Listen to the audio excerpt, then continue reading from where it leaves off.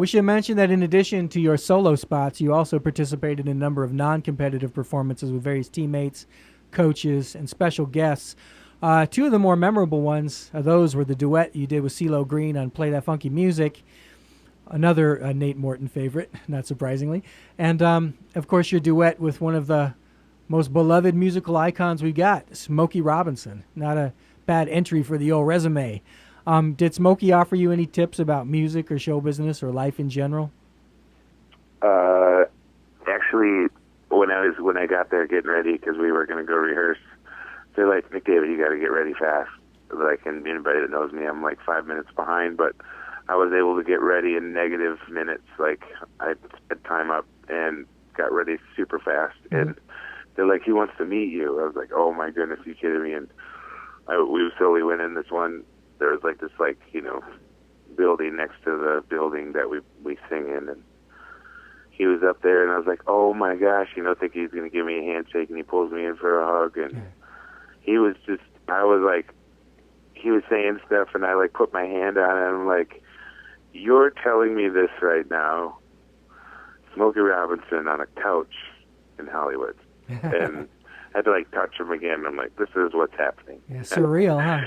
You know, because, man, like, you know, again, Bill Withers, Smokey Robinson, some prophets of soul in the groove, you know, like, and to be able to interact with them, like, you know, what a dream come true, and to sit there, and then all of a sudden he started saying, he's like, oh, like, he commented on the Stand By Me, like, how it was a little jazzy, you know, and, like, so it's like, wow, you were listening to more than just a song, you know? Yeah. And I was like, wait a minute, Smokey Robinson, you know, and again, I, like, touched him, I'm like, you are, you know, and that became kind of the joke, but then I asked him, too, you know, I'm like, man, what's it been like to watch the game change, you know? Yeah.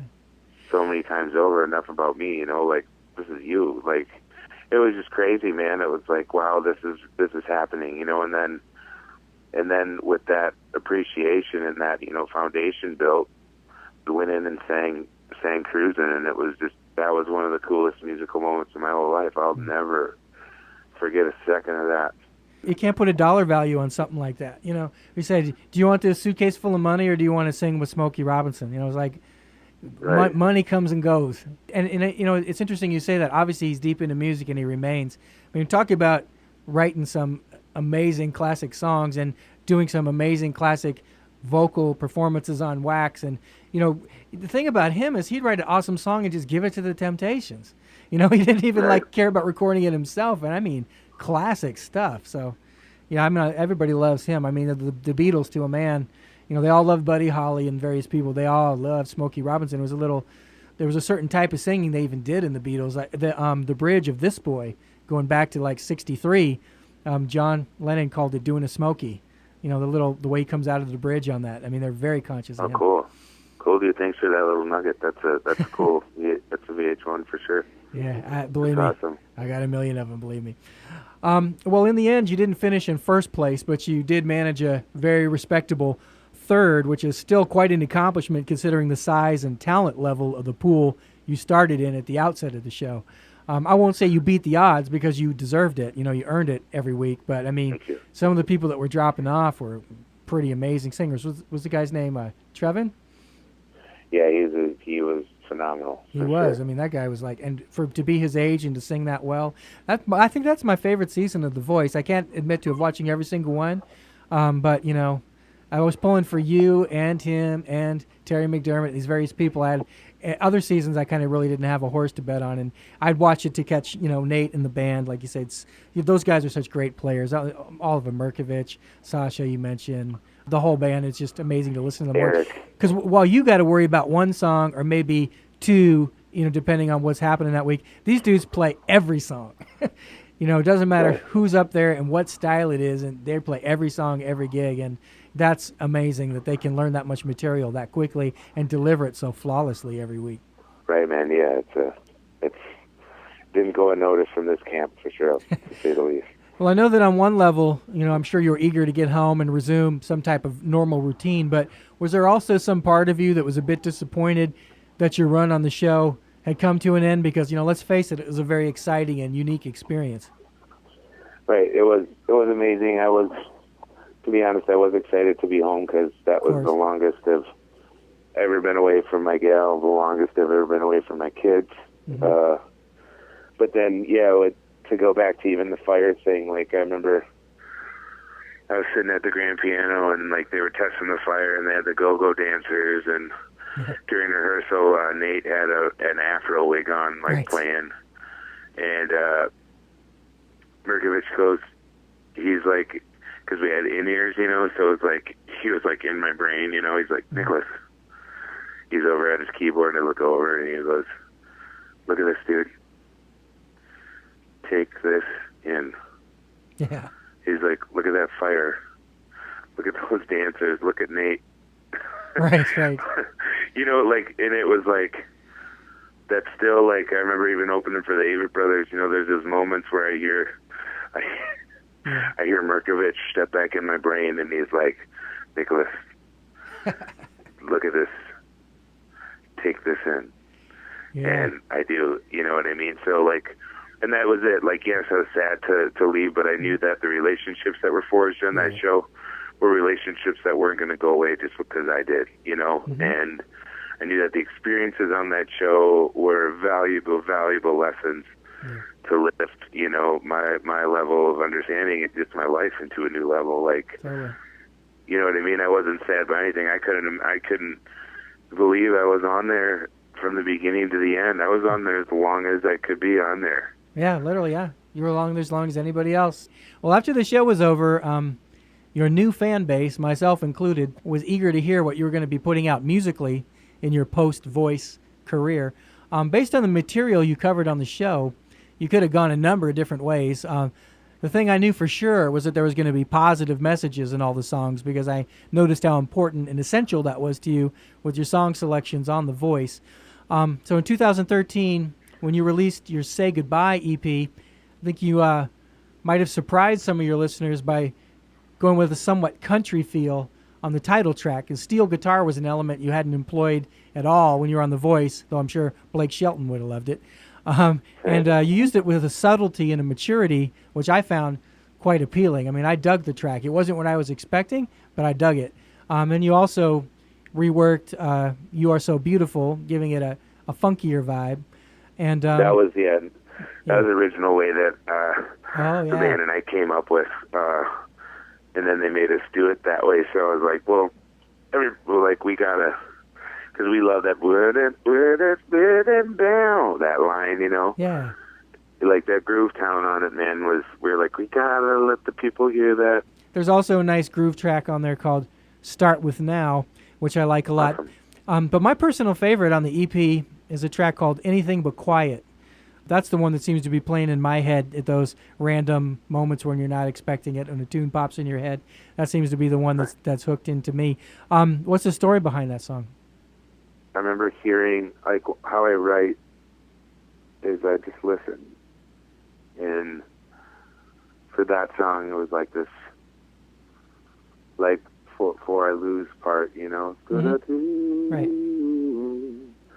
Myself and you, like, and the idea is, again, like, I believe in all paths, but that was kind of this thing, like, it's like, I lose myself, like, I lose myself in spirit, like, the idea, like, I don't, like, or take Christ, for example, like, there was a super cool Krishna Das, I don't know if you've heard of him, he sings really awesome, like, Hindu mantras, and he played at the Fitzgerald Theater, like, about 2 years ago, before the show, a little bit of my gal and I went, and he played one song in English called Jesus on the Main Line, and he was telling the story about how a bunch of people went to the ashram in India, a bunch of Westerners, to try to get away, find different forms of spirituality, and the guy that they were all seeing, the saint,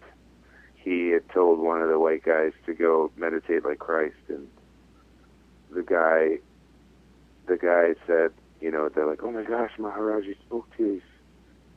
He spoke to you, like, what did he say? And he said, he told me to go meditate like Christ, And they're like, oh man, we came here to get away from that. You know, that's what, you know, Right. we know in the Western world. We came here to get away from that. And he said that Maharaj came in the middle of all of them and said, to be like to meditate like Christ, you have to be like Christ. And he got still and he sat down, and they said that two cheeks rolled down his face, and then he got back up and he said, to meditate like Christ, you need to be like Christ, and to be like Christ, he lost himself in love. And that stuck with me so much, like a palatable way, you know what I mean, to try to explain what I feel is a true message, right? As opposed to, like, you know, forcing something or being like, hey, you're going to go to this bad place.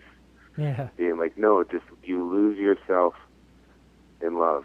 And, like, so the idea, like, we say anything but quiet, it's kind of the idea, like, I lose myself in you. Like, it's like a dialogue with spirit, with source. Like, I could be your honeycomb flower, I could be your rain to rest, you know, like, in the moonlight we could dance for hours. To give you my time, I give you my best.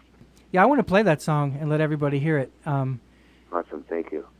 So let's listen to that. From his 2013 Say Goodbye EP, this is my guest, Nicholas David, with Anything But Quiet.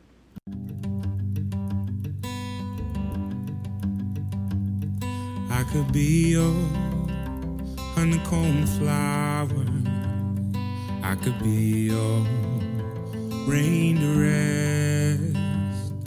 In the moonlight we could dance for hours. I'll give you my time, I'll give you my best.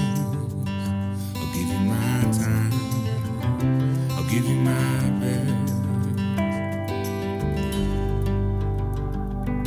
Oh, I never thought forever would wind up today.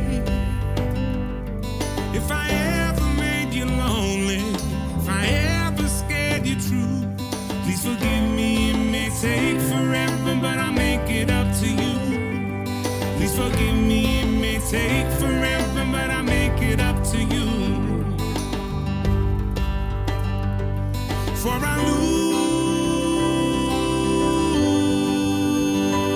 lose myself in you.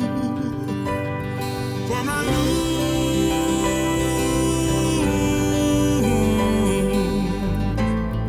myself in you.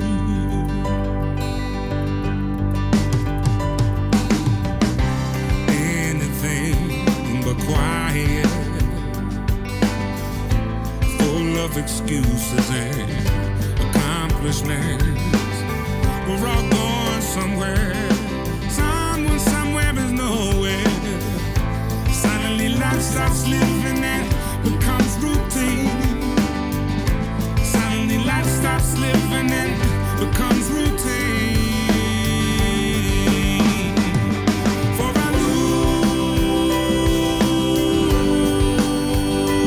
lose myself.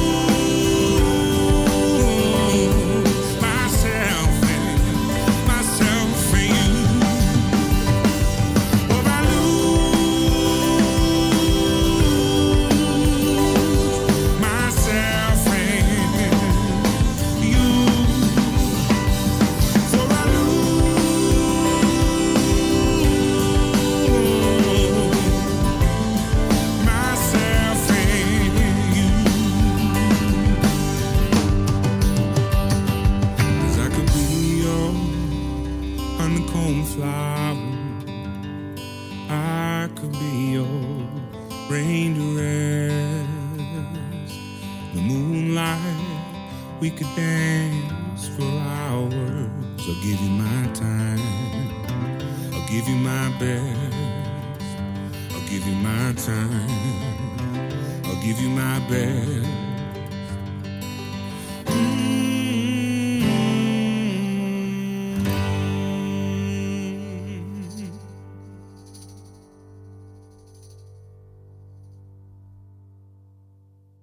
So who are the old giants who still breathe for us? Because I literally get goosebumps sometimes when you get to that part. Dude, thank you. Yeah, me too. Me too. They're all over the earth. They're the trees, man, for sure. I like the different interpretations because the trees literally breathe for us. That's awesome. But when I hear that line, the old giants still breathe for us. Deceased artists like Charlie Parker and Louis Armstrong, all these different guys, by virtue of recordings, you can lose yourself in them as well, and which was kind of what I got out of it. And then you can also, they still breathe for us. They're gone physically, but their music lives on. And then and then the trees thing is awesome too, man. So yeah, multi meanings is the way to go. Every song doesn't have to be the itsy bitsy teeny weeny yellow polka dot bikini or whatever. Right. Nothing wrong with some depth. I want to give credit where it's due, and you had mentioned going back on The Voice, sort of as the distinguished alumnus, and they allowed you to come on the show and promote your solo material from the EP. So that's not an opportunity they afford to just everyone who appears on the show. So however it plays out with the Prophets from the earlier performances, they definitely get some high marks for giving you that chance. So you're on the show, from a previous season, which it's not unusual from the being people back again, but I mean, there's no real pressure on you at that point. You're there to say hi to your old friends, play one of your new tunes, and I think it's really cool that they did that. They didn't have to do that. Yeah, no, I felt so blessed, and I thank them, 1,000 times over. And it was like it was like you just graduated 8th grade, and then you came back like just a month later. It was really, really cool to see everybody again and to see the family, like you spend those 12-hour days, you can't help but get close to people, Yeah, and especially when you're making magic, so it was, again, a true treat and a true blessing and a true gift, and I never took a second of that for granted. It was even because I got to go out there a couple weeks before that to do this Kia commercial, and we were able to go,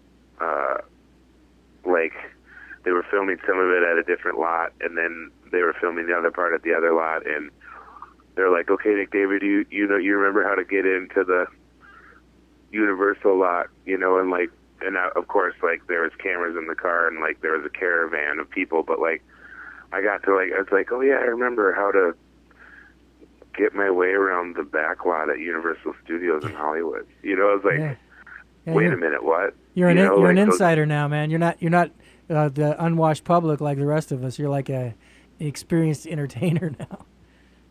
It's something, but again, man, it's not even me. It's all, this whole thing's been divinely orchestrated, man. The mistakes are mine. I'll own that. I'll own that for sure. But yeah, what a trip to go back and to be back on the show. And I remember I felt the grace when I looked at my feet, and I remember before it started, being when I was on the show, I was like, man, I just want to sing one of my songs. Yeah. And then all of a sudden I'm like, thank you, God, I am here about to sing one of my songs. Yeah. Be careful what you ask for, Yeah, they might go, wait a minute, where's our Barry White medley? Right. No, I get it. I understand why they don't open that door to the people who come on, because a lot of the people on the show aren't even writers. They're dependent upon other people for the material. So that's a huge advantage you have, is not only do you write, but you write well. Some people don't even try and do it, and other people they try, but it is a different discipline than being a performer. And then, just like your family missed you when you were doing the show, I'm sure the people on the show missed you when you were away, but the sacrifices that everybody makes, I got to believe that on both sides of that fence, everybody was so proud of the success that you had that, they were all smiles, the coaches and everybody watching you perform your own tune, knowing you were going to have a career beyond The Voice, because a lot of the contestants, frankly, can't manage that. And and I'm sure your family missed you during those long absences, but they're amazingly proud of what you've done, and we're all benefiting from it now, including myself and my listeners. So you said divinely orchestrated. I'll definitely sign off on that. Right, man. Thank you for that. Yeah, and I think that's some of it. It's to piggyback off what you're saying. That's part of like the sacrifice. It kind of goes to show you, and even from the show, like I don't think we even touched on this, but it's linked with all of it. But I do some voiceover work, and the gal that gets me my job, she's like, "You should try out for the show The Voice." I was like, "No, thank you." And and she's like, "I think it would be good for you." And so, anyways, though, like that year, 2012, I started to really take the initiative to book my own shows, and I had every weekend booked from January to March, except the first weekend in March. And I had called some favors, around the Midwest, like, "Hey, can you help out? Because I'd be like, then I have every weekend full from March, January to March, and that's awesome, because that's how I feed my family playing music." And and each time I call people really kind of out of character to ask for a favor, like they'd be like, "Oh no, it's not going to work. Sorry, it's not going to work." I was like, whatever, okay. And then fast forward back to the one more step back is I had a scholarship to sing jazz at Roosevelt University in downtown Chicago, but I turned it down, and it is one of my only regrets in my life. And so fast forward back to the thing. So she's like, "Well, you should try out for The Voice." And I said, no. And then she's like, "Well, submit a video." And so it was like one of them. I can't remember how many. And they're like, "We like the guy playing the guitar in the snow," and that was me. And so then they're like, "We'll come out for a private audition." And I'm like, "Where is it?" They're like, "Chicago." And I was like, "Oh wow." And then I'm like, "When is it?" They go, "The first weekend of March." Nice.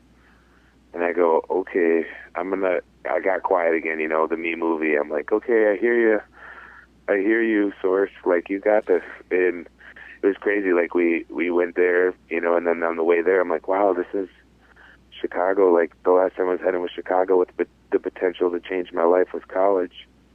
So I'm like, here's the chance to squash the regret. And I get there, and I walked in, I went with my family, and nobody even knew it, but, I walked in there, and they're like, "Oh, look, it's the family man." Oh, yeah. It was weird. So there's all these things, and then peppered throughout all those beginning stages, people just kept saying, "You just have to have faith." And that's like kind of what I was getting back to when you're saying, the music or the double meanings or the show or the sacrifice. It was like, yeah, it was a sacrifice, but I think more than the sacrifice, it was a huge modern day story of like practicing faith, not just like your idea of it in a religious book, but to live with, faith, and like true faith and not carrying doubt, Yeah. Well, this is what I'm saying. People picked up on some of these things directly and sometimes indirectly and sometimes tangibly and intangibly. There was something about you that separated you from the others, and spirituality could very well be part of it because it manifests itself in music, but it also manifests, like you said, you went and introduced yourself to the band and got their names. I bet a lot of other people didn't do that, Right. and then I'm guarantee you nobody else was playing guitar in the snow. Right. You had that market cornered.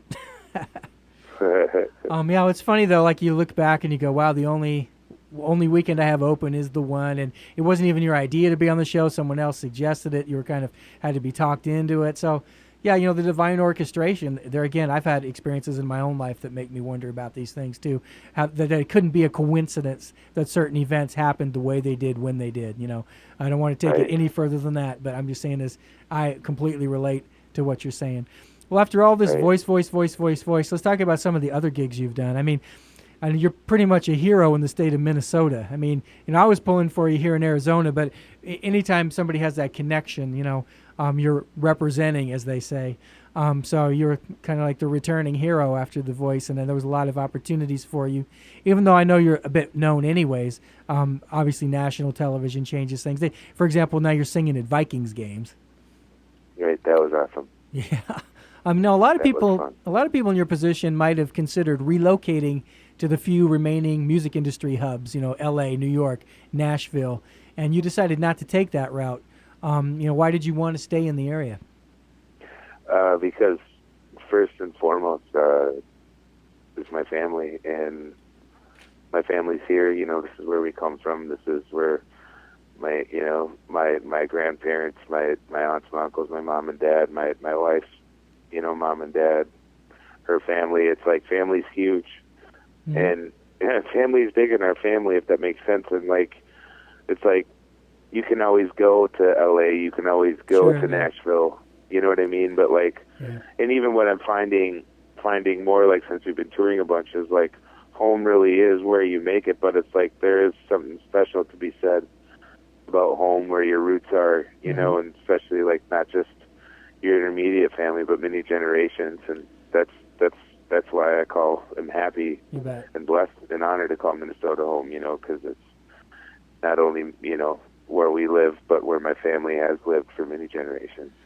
I get it. And, you know, the music business now is a lot more do-it-yourself anyways. I mean, you know, the way gear is and the way, you know, distribution is. You know, we've had a lot of people on this show who are from that era of the studio musician era, where they were, you know, sort of the prime years of that.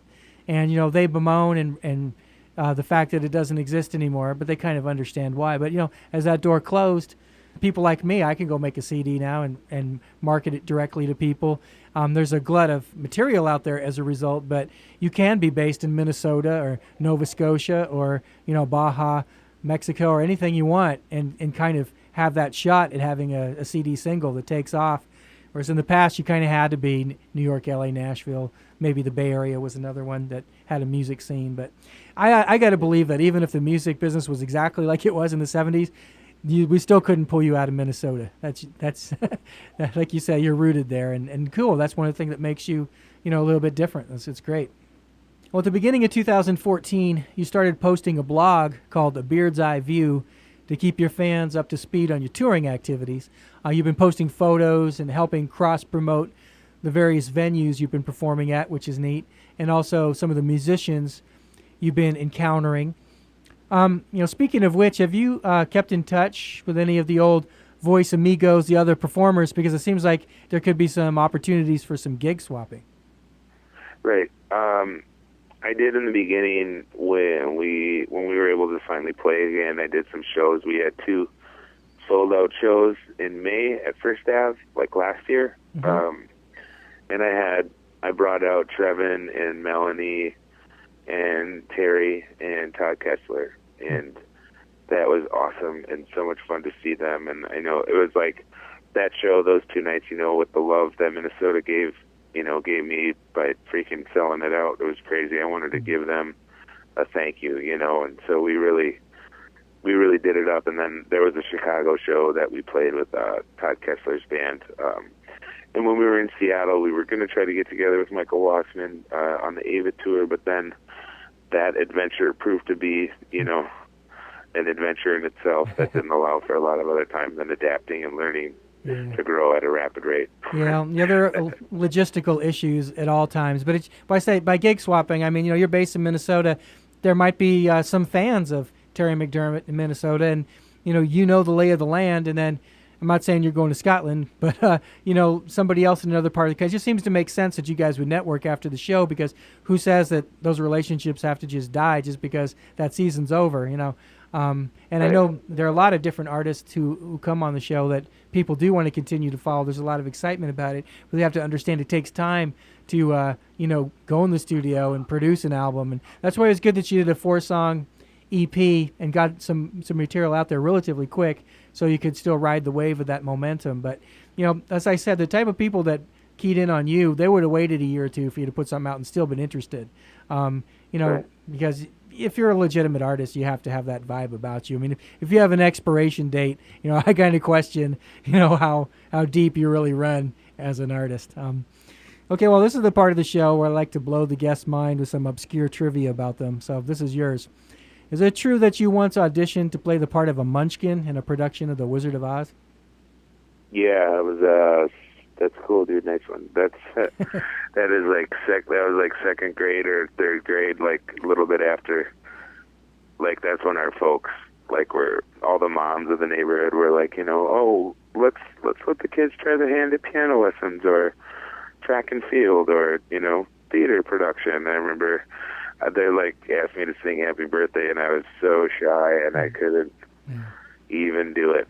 Well, yeah, a second grader, sure. But now, did you get the part of Munchkin, or? Nope, I didn't get it, man, because I was, like I said, I was wicked shy, and that was not a good deal. I could barely handle it. It's funny because, you know, Wizard of Oz resurfaced on The Voice. He did a tune from the Wizard of Oz. So from the little second grader who was too shy to be a Munchkin to a grown man on national TV singing a song, you know, supremely confident. It's funny how we take those journeys, you know. Let's get to the websites. You know, ordinarily the formula tends to be guest name plus .com, but in this case it's going to be a little bit different. Nick's official website is thefeelin.com. That's TheFeelin.com. It's not feeling with a G, and it's not feeling with an apostrophe. I don't think it's even possible to have an apostrophe in a web address. Thefeelin.com. Be sure to keep an eye on his tour dates so you can catch his show when he's playing in your area and you can experience The Feelin'. Those of you who are on Facebook can also follow him there. And of course, I strongly encourage everyone to get his excellent Say Goodbye EP. Well, Nicholas, on behalf of my listeners and myself, I want to thank you for sharing your experiences and insights with us and for being such a positive force in the world on every level. It's been a real pleasure speaking with you. Oh, thank you too, and I'm thank you so much for the opportunity. Thanks for like you said, thanks for doing the homework. I'm flattered that you know some of that stuff, but truly too, thank you for sharing your perspective of what you saw and felt. You know, and it's the ultimate goal of trying to be a positive force and change in this world, for sure. This podcast was recorded at Mojo Recording Studio in Phoenix, Arizona. It was engineered by Mike Post. Once again, I'd like to thank Nicholas David. I'd also like to thank our mutual friend and drummer extraordinaire, Nate Morton. Thanks also to Jackson Eddy, Maureen Cahill, and Mike Farley for their assistance arranging this interview. Thank you for listening.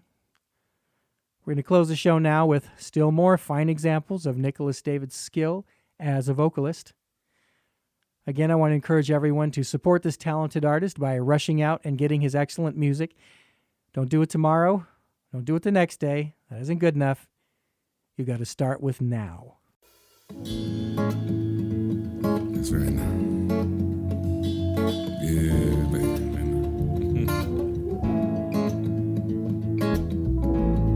Wanna talk about the darkness?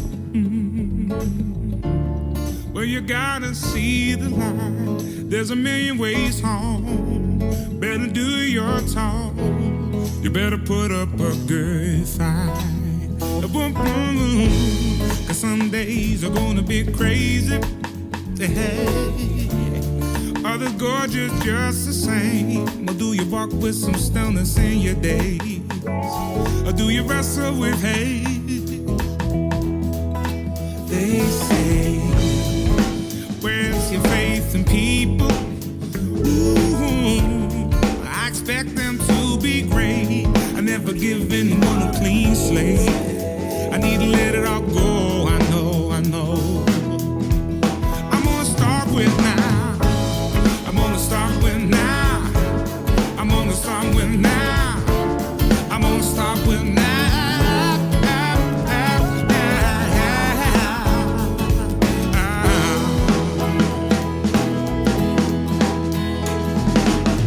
I'm gonna let you in again. Take you round through the soft spot. When I'm feeling on top of the game. Feel a little lost inside. And I figure it out and I lose it again. And I lose it again. And never really as the same. As a saying. In this mingling of dreams. These voices behind the scenes. I'm gonna start with now. I'm gonna start with now. I'm gonna start with now. I'm gonna start with now. I'm gonna start with now. I'm gonna start with now. I'm gonna start with now.